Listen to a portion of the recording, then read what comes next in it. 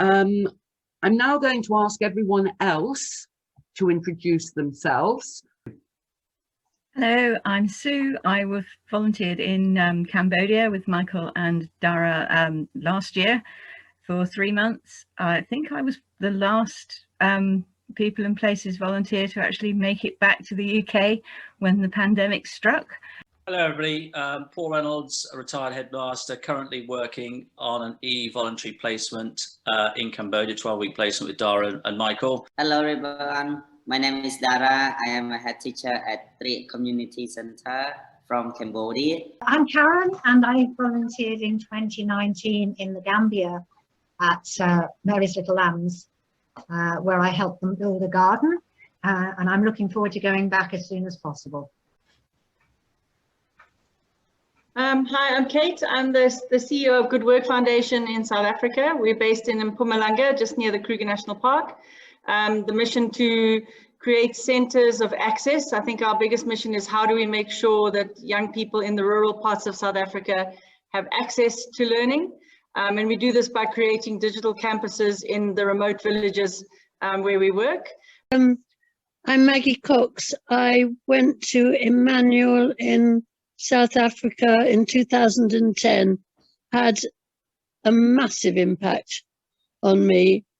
As a result, I'm here still in touch with people and places. And if anybody here is even thinking of going to volunteer through anybody else, forget it. Hello, my name is Latifa Eliza, the house mother in the first boarding houses with Education for All.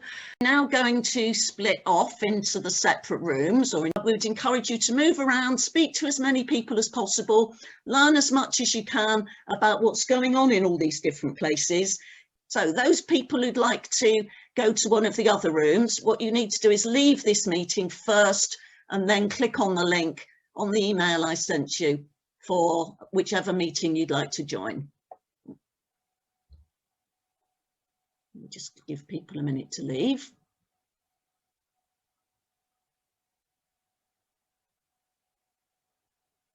We do want to continue and do training on first aid and on nutrition and reminders, a little link in with what Paul's just sent through to Dara about ideas for insect training. All the things that we were doing before we'll need to continue to do. And we're really looking forward to seeing Tilly, if she can ever get out with Hannah. So, yeah. Yeah, I hope so very soon. Really hope so.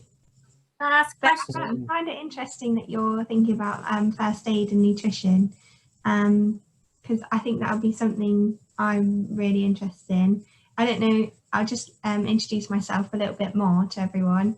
So I'm 22 and Hannah's 23. We're best friends from school, and we're both looking to volunteer at Cambodia, hopefully later on in the year, but obviously COVID dependent. I'm a children's nurse working in the children's emergency department at the moment, and Hannah did a uni degree in teaching and childhood studies, so she's just temporarily got a job until hopefully we can go travelling together. But first aid and nutrition would be something I'm really interested in, just to bring that kind of like healthcare aspect into supporting the children in a way. Yeah, Tilly, I could work with you on that, because that is obviously, you know, I'm a retired GP, so you know, I did some first aid. I basically went through all the basic first aid with Dara, upgraded all the first aid kits, etc., etc., etc. But I mean, there are a number of you know, small projects that we could do together, perhaps, with your children's nursing experience and so on. What's your background? So I'm in child protection, so I'm a social worker in frontline work at the moment. But my background is sort of around child development. I've just done a master's in attachment studies, so around sort of brain development and, you know, child developmental trauma. So that's kind of my background, you know, from a working point of view. Also got previous background of working in corporate business in project management as well. So got a few skills, transferable skills. Just about every kid that comes to our school has got special needs. I can imagine, yeah. Of one way or another, you can imagine. So we have there's a big scope around that. There are things that we haven't really started yet, and again, which are on your inset things, Paul. About pastoral care and about outreach, and we want to improve those things.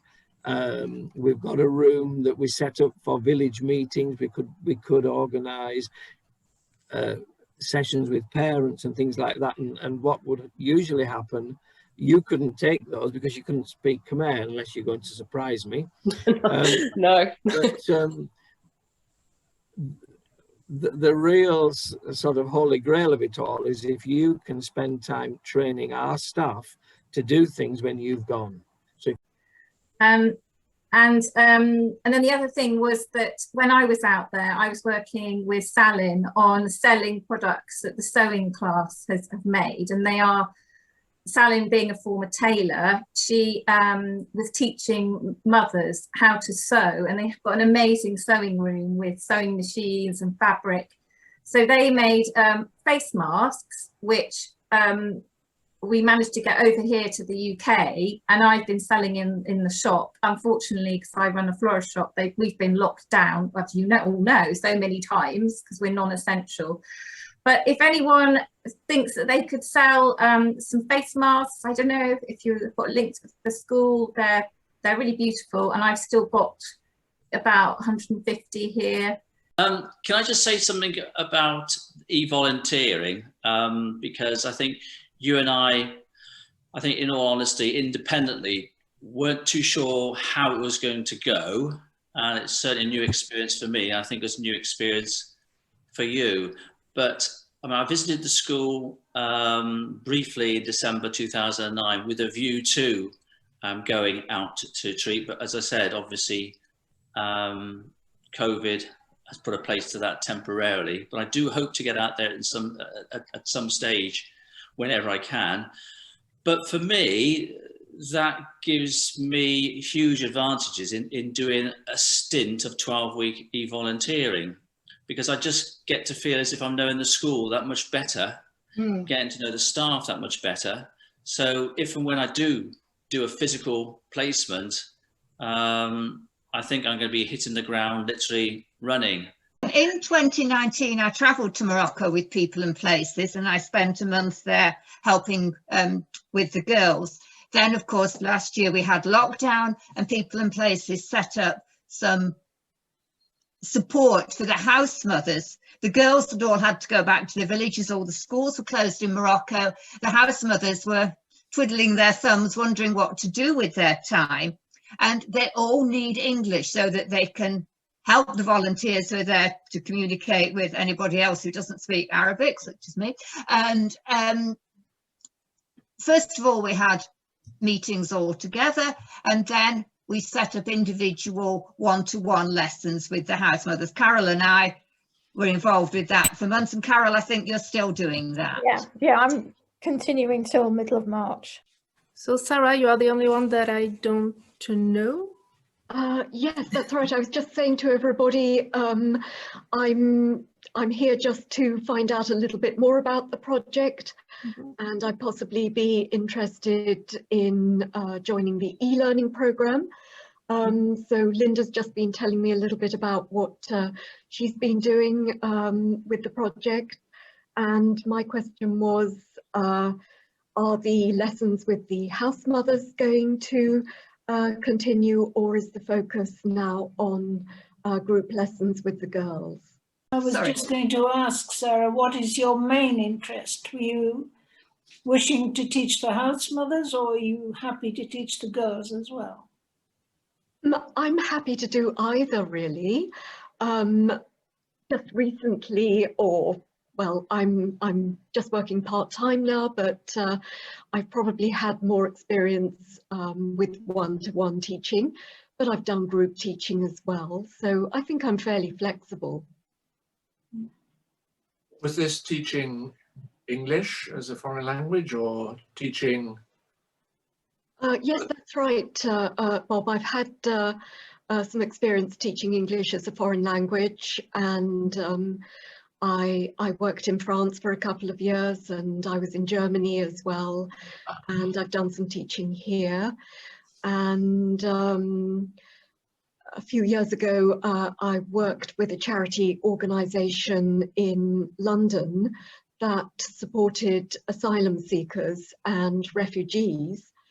And I was working on a women's project, so I was helping the ladies with their English, but there were other activities as well, because it was very much a confidence building project, and the aim was to increase the ladies' independence so that they could be a little bit more confident in their new home. So that's the kind of experience I've had in a teaching context. Well, if I can come back on that, Maggie and I have only been doing this with the Moroccan project since November, but several things you've said would suggest that you are a perfect fit. One of the things I was interested in was perhaps the linkage between the themes of tourism in the various world centers that people and places are working with. Okay. Yeah, I mean, these are areas, specialist areas like developing new products in excursions, entrepreneurship training. That's key. You know, if you can help these small businesses to have a vision, what do you want to do tomorrow? What do you want to achieve? Where you are today, and do an analysis and help them to think critically in that direction will be very helpful. And when people go to the Gambia, of course, they want to see Gambian culture, Gambian drumming, Gambian, you know, dancing, and so on and so forth. There is no school of performing arts in the Gambia. So we think this is an area we should look at. Therefore, we are thinking of developing the curriculum for that area. We are working with an institution in UK, but how to put this into practice and start to do the quality check of what we train people in is a big area. We have no idea how to do that. With Marta, what we are thinking of is we teach. We're the only institution in the Gambia, and I think throughout this region, that is teaching local guides, up country, in villages where tourists visit. Because if we want to do it responsibly, we don't want guides to come from the cities, take the tourists all the way to a village and still guide the tourist. Of course, these guides may have an understanding of what the village looks like, but they will not be able to talk about the specific cultural experiences you can get within a village setup. But some of these tourists can be Spanish, they can be German, they can be, you know, so what we are now thinking of is to have, we've never had it before, foreign languages taught to these guides. And that's where Marta's skills can come. And I've been to the Gambia with my daughter some years ago, and we didn't want to go home. Wow, wonderful. We loved, and we cried when we left. We loved it so much. And we actually helped a couple of people with passports and things because, you know, they haven't got much money. And I kept in touch with some of them for a long time. But we just had an amazing time. I mean, everybody else stayed in a hotel, but we happened to meet some really nice guys and they took us everywhere. And I ended up like going and chasing chickens and cooking and doing all sorts of things with them. And it was lovely. And we were the only ones who didn't get sick because we ate the local food. Yeah. Yeah, I was saying that the more information we have about you, it's the best for us. Because sometimes you may take for granted the skills you have. But if we know more about you, we can always say, oh, yes, we can actually place him or her in doing this. And what we experience is most of the volunteers, by the time they leave, feel they have not done much. You know, they've done very little. Yes. Whilst we think they have done a lot of things with us, they think they have not done a lot. So it's just people taking for granted the experiences they share with us. Back to our working with volunteers. So most of the time, the volunteer help us. It's very useful to our school, not only for the students, and it's a lot for the teachers that they are learns a lot from volunteer, and I can see the school that I'm working here right now. It seems like it's like my school I'm learning as well. It's like my university learning as well. It's like bring the experience and the knowledge together, and we all learn new things every time when the volunteer coming, because they bring skills, experience, and what we need to do, we need to absorb from them, try to understand what they want to help. So that's kind of thing that volunteer, they do very good job for our school. Yes, I was in November, December 2018. Okay. Which seems like a very long time ago now. I must admit. So much has happened or not happened since. Yeah, my background is in engineering, and I retired 6 years ago now. My experience is I had actually been on several volunteer placements with other organisations, both in Cambodia and in Peru, which involved some teaching content, but not a great deal.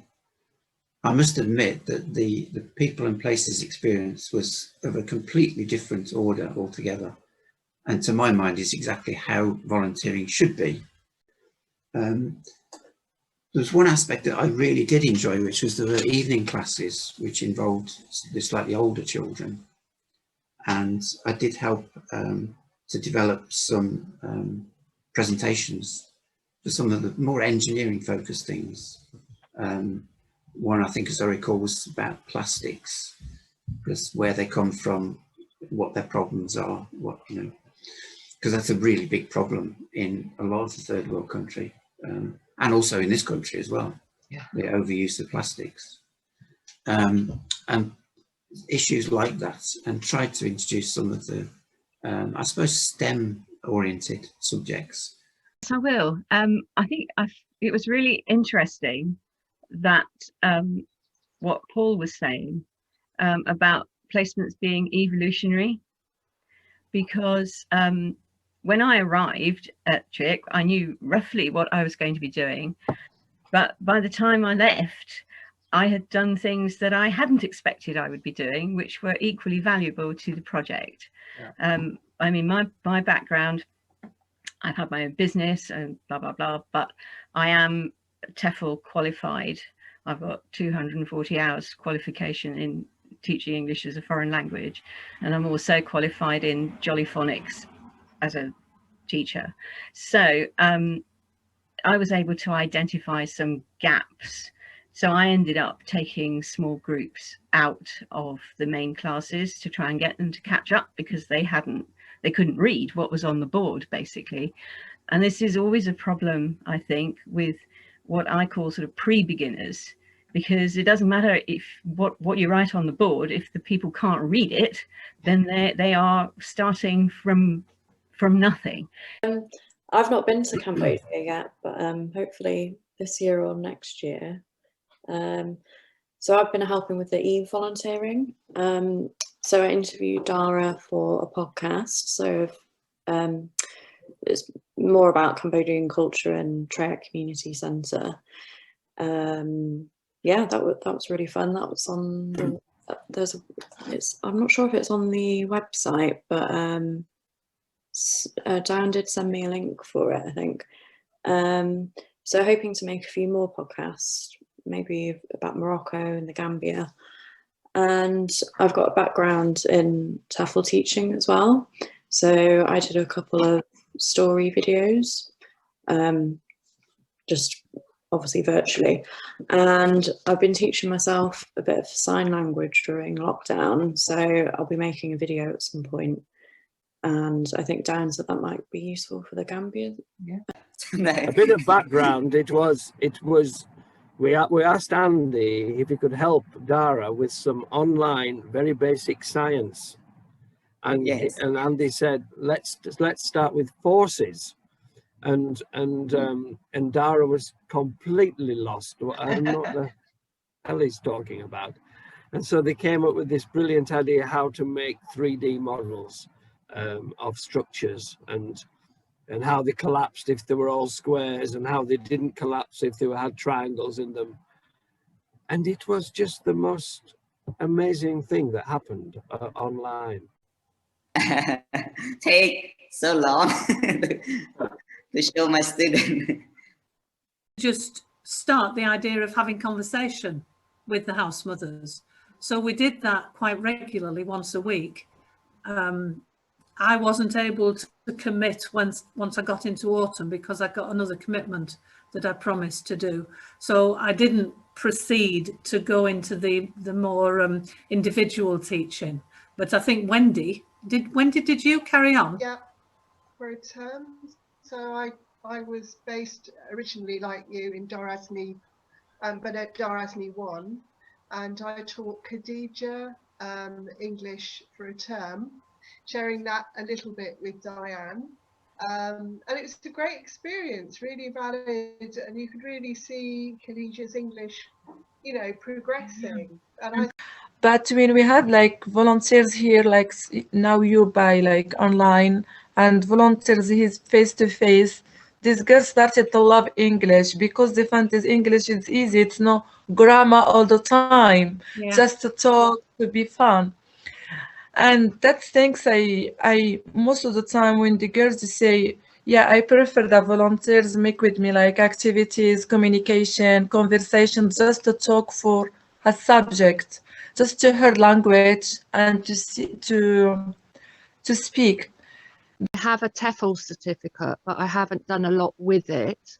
So I'm not, you know, I'm not terribly confident because, like I said, I haven't done it in recent years, but I did volunteer with an agency locally where I was working with women, Muslim women in their homes to try and, you know, help with conversation. So it was, you know, sharing a meal or helping them cooking.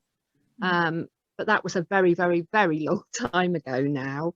But yeah, so it's that, you know, that, so I've got the skills, but not the confidence perhaps at the moment. Well, I think you've definitely got the skills. I'm sure that everybody would agree that you're very highly qualified to do it. And the thing with the young people is if you choose a topic-based, you know, approach, then you can do it to their level of understanding. Yes, I was just going to add something there. Your confidence, Marion, just grows as you just relax with the girls. Interestingly, I'd taken with me all sorts of grammar books because I was going to, you know, be really able to help them with the grammar side of their English. And my best teaching aid to start off, to get me confident and comfortable with the girls, was a copy of Hello magazine, which was a great treasure to the girls. It was so treasured it was laminated because it recorded the visit of Harry and Meghan to Asney that had taken place earlier that year. I loved teaching the mums as well, house mums. So that was fab. Yeah. You know, and really all good. the committee. Yeah, all the committee members, they know that's this house mother because now they speak English in our meeting. Before nobody speak English, only French. But now all of them, they enjoy to speak and they start to have more confidence. Do you get the chance to learn some Berber? Well, do you know, or is it very hard? I don't know. Do you get the chance? I'd love They to try. they will help you. So the girls will help you. And there are two different versions, I think. There's Amazi, which the girls, you know, will try and I'm trying to remember. I can say things like Labes, and they were trying very hard to help out at lunchtime, for instance. So when you finish teaching, you have lunch together. And you know they will be trying to teach you then, which is fantastic. You know, so it's a real sort of cultural exchange. Right. Well, lots of things spring to mind with me. Partly a lot of my professional contacts. A lot of my friends have got no end of skills that apply to the early years. I've also got an interest in photography and technology, and I think if we could tap into other people's expertise and get them to make things for us, that might be a way forward. Kate, can you see potential here for developing links with Good Work Foundation? Yeah, I think so. I think, you know, probably if you'd asked me that a year ago, I would have said, oh, I don't know how. But this year, as we've all learned, is we can do a lot of things remotely. I think it is. I think it's again another interesting thing, because there's, for us, the volunteers are always two things. Number one is they bring expertise in that maybe we don't have on the team. But there's also, which is for the young people that we're working with, such an important one, it's a connection into the world. And I think that's, you know, and that's why it's not just like what skills do you have, just showing. I mean, we've had volunteers who've like showed when it was snowing outside their window and we're outside and it's boiling hot and there's snow. And I think that's also another thing, you know, where we always think we have to be an expert at something to share with people, and actually it's just about connecting. At the moment, I am active with e-volunteering with these young women preparing for their baccalaureate in Morocco. Maggie and my wife and I are doing that because we have sort of rekindled our interest in teaching. We're not quite dead yet, so there's plenty of life in the old couple, as it were. And it has shown me the transferability of skills. On top of all that language teaching that we're doing, I am preparing videos on various aspects of online language teaching. And the one I was working on this morning, preparing the text for that, is actually about planning an online language lesson. But my learning is that I'm still learning, that I have this wonderful privilege of still being a learner. And what I've learned as a takeaway, we have some wonderful educators in our country, is that take positives from this time we've been in. Yeah, I was going to go to Swaziland, and I've got some mini computers which I just happened to acquire. It was because my brother was using them at Sheffield University in not far away from here, and they became surplus to requirements. Now, and I understood that in Swaziland there was no internet availability and hardly any computers. So we thought, well, we can use these things and I can physically take them over and leave them and try and sort of initiate some kind of training that could continue after I left, you know, after my sort of 6 weeks or whatever, when I had to return to the UK and go back to my job. But yeah, that hasn't happened. I've got these I've got 9 Raspberry Pi computers and some components to work with them. They're kind of, well, they're right up there. They're on that shelf up there. Okay. Yeah. And you know, if they could be used in any project, then that would be great. And how can we make it happen? Did you have an interesting conversation in the Morocco? Yes, I did. They were fascinating in there. They were giving lots of information about what they were doing and the experiences they had. It was really quite inspiring. Good. I was thinking, gosh, you know, it was lovely. And then we got to speak to one of the local, Latifa, I think one of the house mothers. Yeah. Yes. And that's nice as well. But yeah, it made me realize I made the right decision. I want to say thank you to everyone for coming.